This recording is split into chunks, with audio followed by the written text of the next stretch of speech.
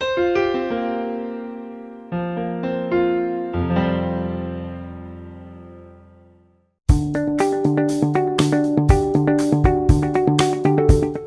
so much of fundraising is research and science-based, but to be successful, we also need to know about the art of fundraising. Hi, I'm Bill Stanczykiewicz from the Fundraising School, and this is the first day from the Fundraising School. Our guest is Dr. Gene Temple. His leadership career has led him to be called one of the top 50 leaders in the philanthropic sector, and he currently is the Dean Emeritus of the Lilly Family School of Philanthropy. And Gene, you knew our founder, Dr. Henry Rosso, personally, and certainly we have research and science and techniques in fundraising, but Dr. Rosso defined fundraising as the gentle art of teaching others the joy of giving. What do fundraisers need to know about the art of fundraising in order to be successful? Well, Bill, thank you for asking that question, and I think this is a very appropriate topic for us to talk about related to the way we do our fundraising work. There is a lot of science connected to fundraising, and we would say that science might be the application of methodologies that have been tried and true towards somewhat predictable or very predictable ends in any process, and certainly there is that in fundraising. So that, for example, if one's working at the annual fund level or applying direct mail, that kind of thing, there may be a lot more information available to help you produce that. And certainly we have a lot of science that's connected to understanding donor behavior. But as we approach major gifts work, we really have to begin applying the art of fundraising. And the art, and when we talk about art, I think we're talking about the creativity of expression and engagement that becomes part of the way major gift fundraising has to be done. And you've raised hundreds of millions of dollars throughout your esteemed career. And as you do so, you've put together your fundraising plan, you have your gift range chart, you've researched the donors. But what balance do you find then between not imposing your mission and your need, but instead using these artistic skills of fundraising, whether it's listening, emotional intelligence, just trying to understand the donor's heartbeat as you help them see the possibility for a major gift? So, Bill, I think that's it. I think the major gift work is so exciting to me and to many others because of what I call contingency management. So that there's contingency management really means being comfortable with and understanding how one might have endless permutations of if-then statements. And the preparation one does is to anticipate what possible if-then statements one might encounter in the fundraising process and be able to answer those along the way. You mentioned some things in the question that I think are critically important in developing the art of fundraising. Those are, in fact, listening, for example. Yes. Listening more than speaking, so that one begins to understand the donor. But simply listening is not all that one has to do. Simply listening and taking notes and then responding in a rote or practiced way.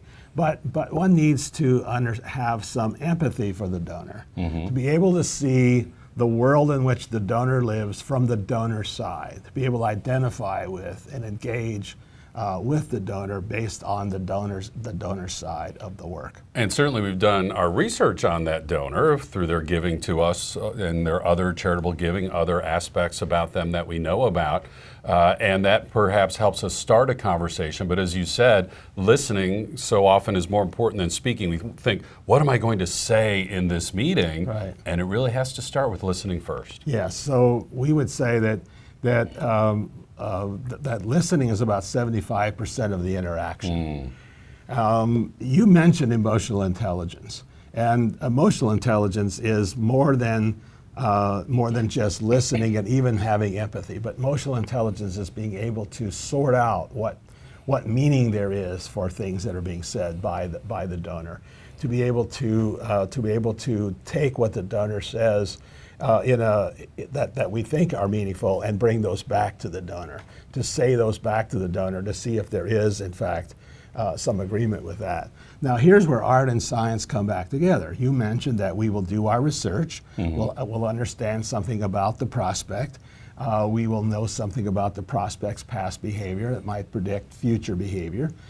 We know some research from much of the research done at the Lilly Family School of Philanthropy, out of our philanthropy panel study and out of the high net worth household study, that let us know that donors give from their own value system. Yes. They give to organizations whose missions identify with the types of with their own values.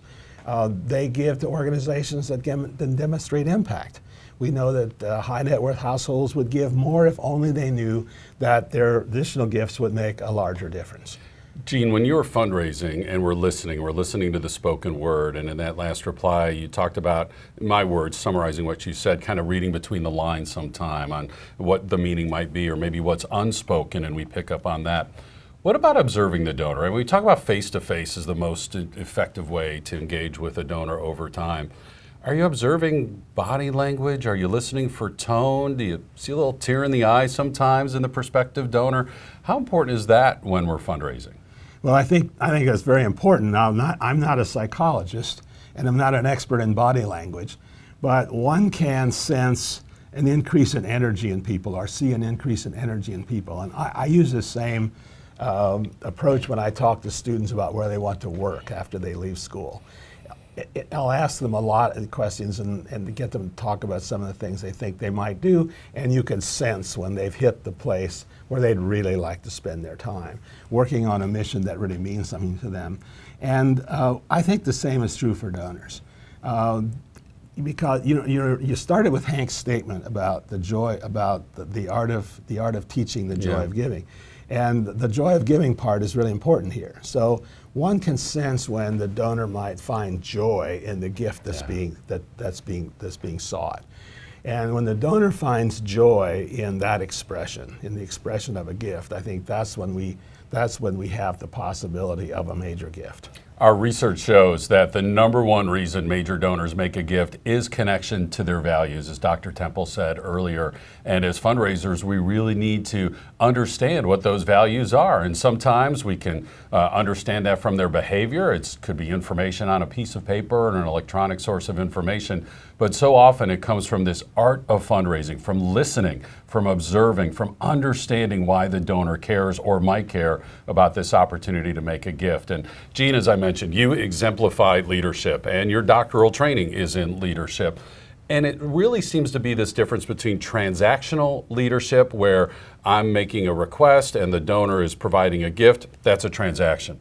Fundraising is transformational. Can you help our viewers understand and our listeners understand the difference between transformational and transactional leadership as it relates to this art of fundraising? Well, I think so often we think of transformational gifts as gifts that transform the organization somehow, and have a major impact on the organization. And certainly that's a valid way of thinking about a big idea. A big gift might help fund a big idea that changes the organization.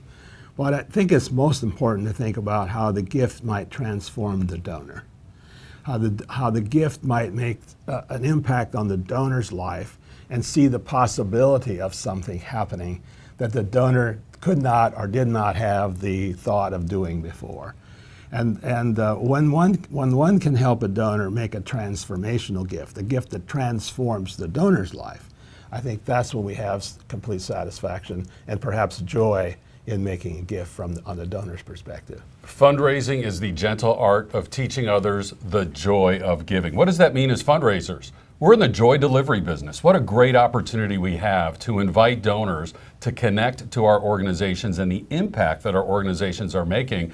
And to do so, certainly you need to know the techniques, but you also need to know the art of fundraising. We teach both in our courses here at the Fundraising School, and you can learn more on our website at philanthropy.iupui.edu/the Fundraising School. We also have a free app available wherever you find apps, and that's easy to use on your technology device, your smartphone, your tablet, and so forth. Be sure to check out our webinars as well, where 4 times a year we bring you great information to help you strengthen your fundraising activities. Such a delight to hear from one of the great leaders in our field, Dr. Gene Temple. Right now, you have been fully informed on this first day from the Fundraising School.